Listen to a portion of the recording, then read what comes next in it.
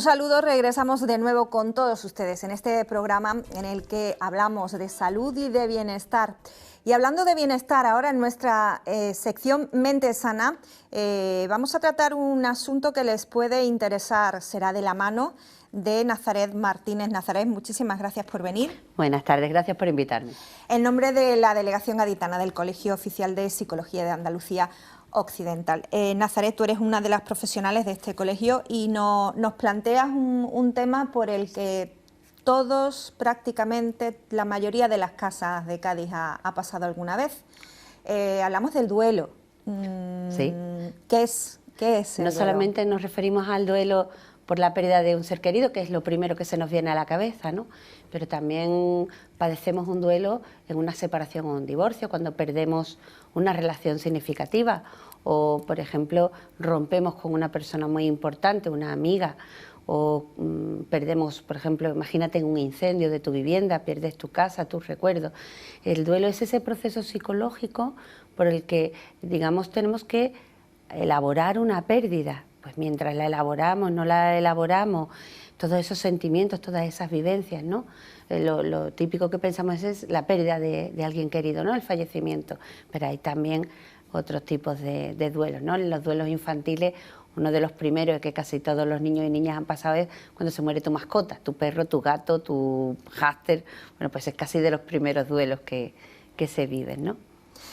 Sin embargo, eso, por ejemplo, que vivimos de chiquitines, nos prepara para después, ¿no? Claro, nos prepara para después y nos enseña en nuestras propias carnes pues que esto es la vida, ¿no? Hay nacimientos, hay fallecimientos y bueno, y tenemos que seguir viviendo a pesar de lo ocurrido e incluso sacar lecciones positivas de ello, ¿no? Cada persona vivirá estas situaciones de una forma distinta, pero me imagino que hay un proceso común, ¿no?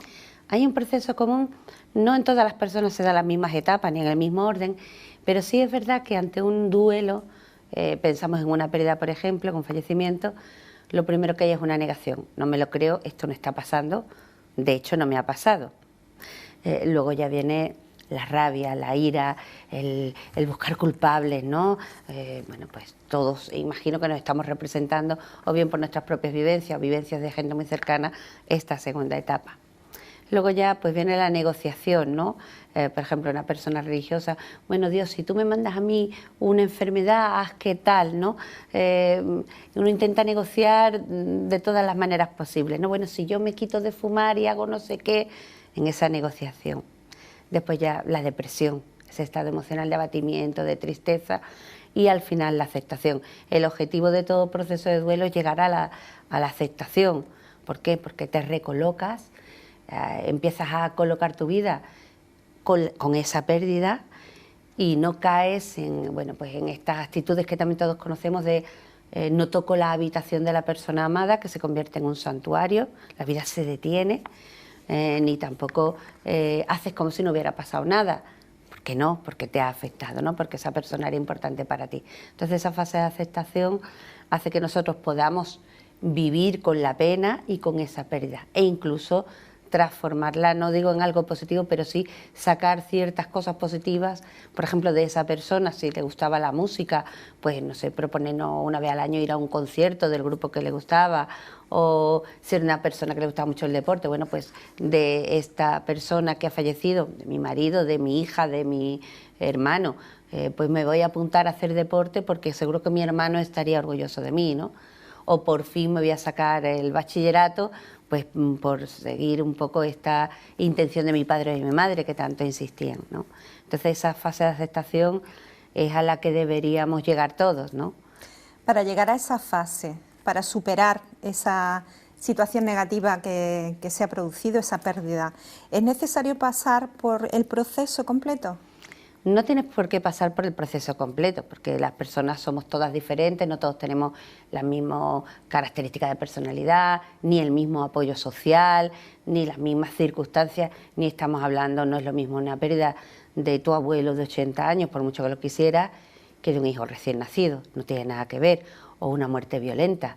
Por ejemplo, hoy en las noticias pues nos hemos desayunado con un muchacho en una moto que lo ha matado un hombre con un coche aquí en la avenida. Un accidente gravísimo. Gravísimo, un hombre que iba a trabajar. Pues no es lo mismo eso que mi abuelo tiene 82 años y hoy no se ha despertado. Es decir, depende también de las condiciones de la pérdida. ¿Qué me preguntaba? Preguntaba si todas las personas tienen que pasar por esa proceso. fase 1, esa fase 2, ese proceso de igual No tiene manera. por qué, es lo normal, pero no tiene por qué. Ya te digo que depende de esas variables. ¿Tú sabes algo que ayuda mucho a superar bien las pérdidas? El apoyo emocional, el apoyo social, la calidad de ese apoyo. Aquí estamos acostumbrados a que llega una pérdida, todo el mundo va al tanatorio, al entierro, pero después ya olvido, parece que no hay nadie. Sin embargo, es mucho más positivo que a lo largo del tiempo haya contactos, haya reuniones, haya llamadas, que bueno, que ese día, bueno, sí hay 200 personas. Se produzcan de golpe. Claro, pero luego a lo largo del tiempo esa persona se queda más bien sola. Además, muchas veces las personas en esa fase de duelo no son buena compañía, están tristes, no les apetece salir o están cabreadas porque a lo mejor están en la fase de ira. Sin embargo, es más necesario ese apoyo en esos momentos. Personas con buen apoyo socioemocional y además sin patologías previas, porque si ya tienes una patología previa, pues la verdad el duelo es mucho más complicado. Van a salir mejor de esa situación.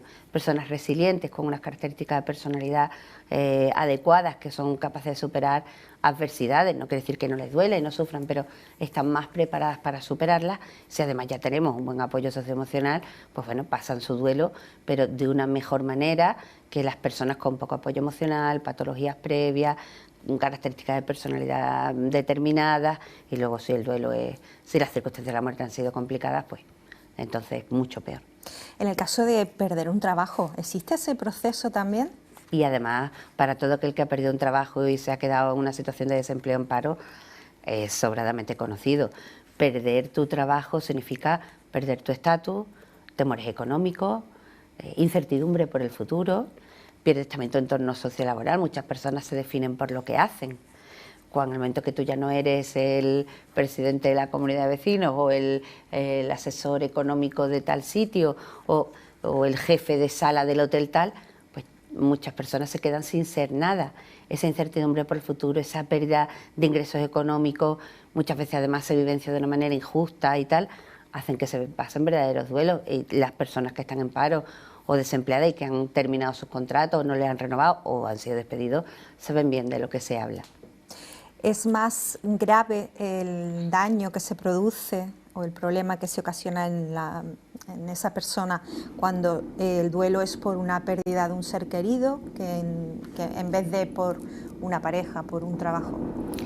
No podríamos comparar la intensidad del sufrimiento porque depende de cada persona. A lo mejor una persona que ha fallecido su abuelo, por mucho que lo quiera, ha vivido con más intensidad el divorcio de su pareja. Si además ya tienes hijos, pues es mucho más intenso.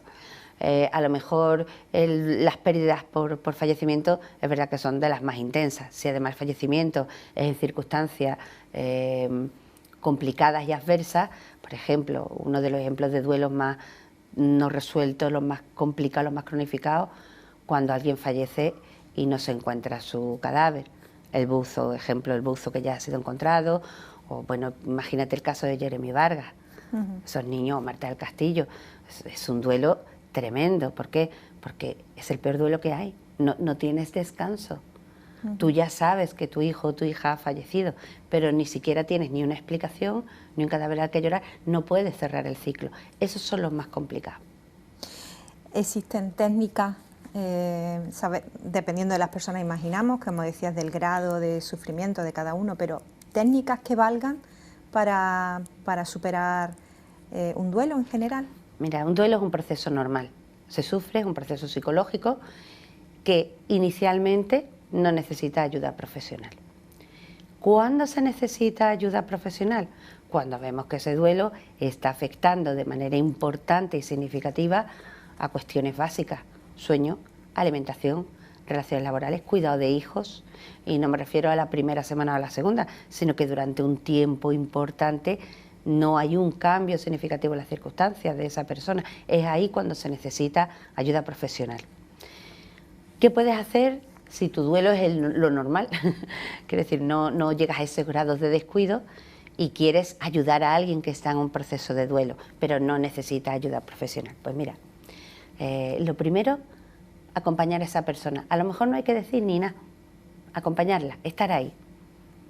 Hablaréis de algo, no hablaréis, hablaréis de la persona fallecida o no, pero tú estás. Aunque sea viendo una película que no estéis mirando ninguna de las dos. Aunque sea tomando un café que ya lleva 3 horas frío, pero estás. Otra de las cosas que ayudan mucho, hablar de la persona fallecida. Pero no solo en plan, qué pena, pobrecita o pobrecito, sino, pues tú sabes que a mí el pastel de zanahoria que hacía tu abuela me encantaba. O mira, me acordé de tu padre un día que me encontró por la calle y me prestó 1 euro para el autobús. Hablar cosas positivas de la persona fallecida, transformar ese dolor en orgullo, satisfacción, alegría. Acompañar y dejar hablar a la persona. Es que solo se queja, es que solo llora, es que repite lo mismo, es que lo necesita. Decíamos que el proceso de acompañamiento del duelo, hay un tiempo en el que necesita 80% de silencio y 20% de conversación, ¿no? Pues lo mismo, acompañar, apoyar, comprender, esperar. Y ya para nota, si además conseguimos acompañar a esa persona a dar una vuelta por la calle o a disfrutar de una puesta de sol o algo así, pues bueno, que corresponde a su estilo de vida, pues mejor que mejor. En el caso de los niños, ¿lo asimilan mejor? ¿Suavizan mejor las situaciones? Depende, mira, depende. Si hablamos de niños que ya han tenido una mascota y se ha muerto, lo comprenden mejor. Pero no es lo mismo para un niño que fallezca su abuelo, que era mayor, que estaba viejito, se llevan unos berrinches horrorosos, pobrecitos, porque generalmente es el primer afrontamiento del duelo. Que yo, por ejemplo, me acuerdo de los niños que han visto morir a su madre, a su abuela y a su tía en Valga. Recientemente, sí. Ese duelo no va a tener salida, va a necesitar de una ayuda psicológica tremenda para esos niños y para esa familia, porque esas circunstancias son terriblemente adversas, son terriblemente crueles. Y aunque los niños tienen una capacidad increíble para afrontar cosas inimaginables para los adultos, sí es verdad que los niños, dependiendo del tipo de pérdida, la elaborarán mejor o peor. ¿Tú sabes cuál es un buen predictor de elaboración de duelo para los niños? El que los adultos significativos lo elaboren bien. Es decir, si tu papá y tu mamá se ha muerto el abuelo o la abuela y lo llevan más o menos bien, aunque lloren, tengan su pena y se emocionen viendo fotos y tal, esos niños lo llevarán mejor que si el duelo de los padres es complicado, es muy profundo, y entonces claramente esos niños se ven afectados, tanto por la tristeza de la pérdida, como por las consecuencias de los adultos significativos, de las consecuencias que esa tristeza tienen los adultos importantes para ellos. En este caso, estos pequeños van a contar solo con su abuelo, que los va a tener que cuidar. Esta persona no podrá mostrar delante de los niños lo que realmente va a sentir por dentro, evidentemente, para el mejor desarrollo de esos pequeños. Sí puede mostrarlo. Lo que se intenta evitar es que sean reacciones desproporcionadamente intensas. Esta persona, por supuesto, bueno, aparte de que ha vivido una desgracia de las más grandes, pues va a necesitar ayuda psicológica, no solo para gestionar su propio duelo, ayudarle a gestionar el duelo de esos niños y el trauma, porque estamos hablando de dos cosas, el duelo de la pérdida y el trauma de lo vivido. Y además, adapta tu vida. Yo soy el abuelo de los niños, que los llevo al colegio y les compro los caramelos y les doy 3 mimos, ahora soy todo, abuelo, padre, madre, responsable de estos niños que tienen unas necesidades, necesita ayuda y orientación, va a necesitar todo. Este sería un gran ejemplo de duelo, el de este señor. ¿Cuándo saber si las personas que nos rodean, por un motivo u otro, están pasando por ese proceso vital, van a necesitar ayuda o lo llevan bien? Pues mira, cuando vemos que continuadamente se abandonan los hábitos básicos de salud, la alimentación y el sueño, personas que duermen muy poco o muy mal o mucho, personas que están todo el día acostadas, personas que apenas comen, no digo en los primeros días, me refiero a que han pasado 4 meses y tú sigues tomándote una taza de arroz al día. Es decir, personas que descuidan su higiene, sus obligaciones laborales, o peligra su trabajo, faltan al trabajo, no van, no avisan, les da igual. Si los niños no van al colegio no pasa nada. Si personas que descuidan esas responsabilidades por las que han trabajado y luchado muchísimo tiempo y de repente pues no. Y el descuido personal tremendo. Ahí hace falta ayuda de un profesional, un psicólogo colegiado, que son las personas expertas que le pueden ayudar a reorientar esas emociones. No se trata, como alguna vez he escuchado decir, ya va al psicólogo y te olvidas. No, si no queremos olvidar a la persona fallecida ni queremos olvidar el dolor, pero sí es necesario reconducirlo de una manera más adaptativa que te permita vivir a ti, ¿vale? Se ha muerto una parte de ti o algo que era, alguien que era importante para ti, pero no por ello debe arrastrarte a ti también a una muerte, aunque sea una muerte civil, ¿no? Entonces los psicólogos estamos preparados y tenemos técnicas adecuadas para ayudar a esa persona a reorientarla y al entorno de esa persona, para que sepan qué hacer, porque muchas veces no viene la persona así, viene la familia a consultar qué hacemos, cómo podemos ayudar. Muchas veces es muy común cuando muere un abuelito, una abuelita, que vengan los padres. Mira, nuestros niños, acaba de morir el abuelo o la abuela, no sabemos cómo decirlo, no sabemos cómo afrontarlo. Y cada vez más, y la mayoría de los compañeros estarán de acuerdo, damos orientaciones y es una consulta bastante habitual en nuestros despachos, ¿no? Para eso están los profesionales, para solucionar los problemas de salud, en este caso de salud mental. Muchísimas gracias, Nazaret Martínez, por estas aportaciones. Muchísimas gracias a vosotros.